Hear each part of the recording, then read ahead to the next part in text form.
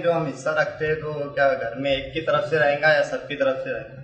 بھائی نے سوال کیا کہ قربانی جو کرتے ہیں تو حصہ ایک کی طرف سے رہیں گا یا سب کی طرف سے رہیں گا. اور اس بات کو میں اس لیے بھی اب بیان کر دیتا ہوں کہ مہاراشٹر میں جو ہے بیف بین ہے، تو اب ظاہر سی بات ہے مذکر اور مؤنث بڑا جانور دونوں نہیں ہوں گا.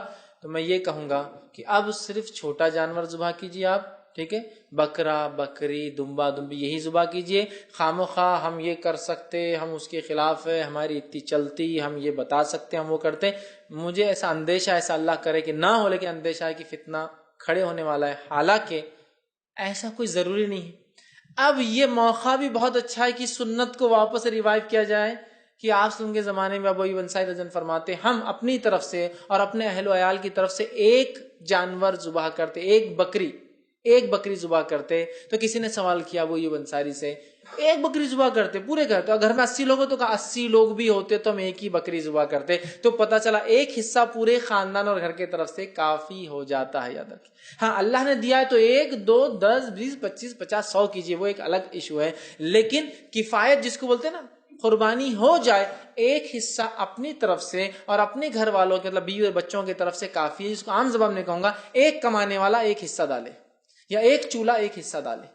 میں ہوں اکیلا کماتا ہوں، میرے والد میرے پہ ڈیپینڈ ہے، میری والدہ میرے ساتھ رہتی ہے، میری بیوی اور بچے سب میرے ماتحت ہیں، تو میرا ایک حصہ میرے والد میری والدہ میرے بچوں سب کی طرف سے کافی ہے. نہیں میری والد کی انکم الگ ہے، میری الگ ہے، تو پھر 2 حصے، میرا اپنا، میرے بیوی بچے اس میں شامل، والد اپنا، ان کے بیوی اور ان کے وہ بچے جو کماتے نہیں ہیں ان پہ ڈیپینڈ ہے وہ اس میں شامل. بیٹیاں اگر ہوں گی یا چھوٹے بیٹے ہیں وہ اس پہ ہو گئے. سمجھ رہے آپ؟ تو یہ بہت اچھا موقع ہے. اگر ویو بین ابھی ہے تو خاموخواہ لوگ بولے ارے ہم کو اتنی قربانی کرنا، اتنے حصے کیسا کریں گے، اتنے بکرے کہاں سے لائیں گے؟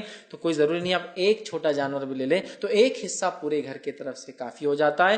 لیکن اللہ نے طاقت دی تو آپ ایک سے زیادہ کر سکتے، میں اس سے نہیں روک رہا ہوں، لیکن بتانا یہ چاہ رہا ہوں کہ ایک حصہ آپ کی طرف سے اور آپ کے گھر کی طرف سے کفایت کر جائیں گے. مطلب ایک ارنر ہے، آپ ایک ذمہ دار ہے، ایک کمانے والے، تو جتنے لوگ آپ کے ماتحت کافی ہو جائیں گا. تو لہٰذا اگر آپ ایک بکری ذبح کر دیں یا ایک بکرا کر دیں تو سارے خاندان کی طرف سے ایک چھوٹا جانور ہو جائیں گا. اور بڑے جانور میں 7 خاندان ہو سکتے ہیں، 7 افراد نہیں، خاندان، ٹھیک ہے، 7 فیملی شامل ہو سکتی ہے. لیکن چونکہ ابھی یہاں ہمارے پاس بیف بین ہے تو ظاہر سی بات ہے بڑا اور چھوٹا مطلب ہم گائے اور بیل اس کی قربانی نہیں ہو سکتی. تو میں یہ کہوں گا مسلمانوں سے کہ اگر حکومت نے یہ قانون دیا ہے تو خواہ مخواہ اس کی خلاف ورزی کر کے، یہ کوئی شرعی قانون نہیں میں بھی مانتا ہوں، لیکن خلاف ورزی کر کے خواہ مخواہ دین و ایمان کیوں ضائع کرنا جیلوں میں جا کے؟ جب آدمی کو سمجھ لیجیے اللہ نہ کرے کسی نے لایا اور پکڑا گیا، کتنا پیسہ خرچ ہوگا بیل کے لیے؟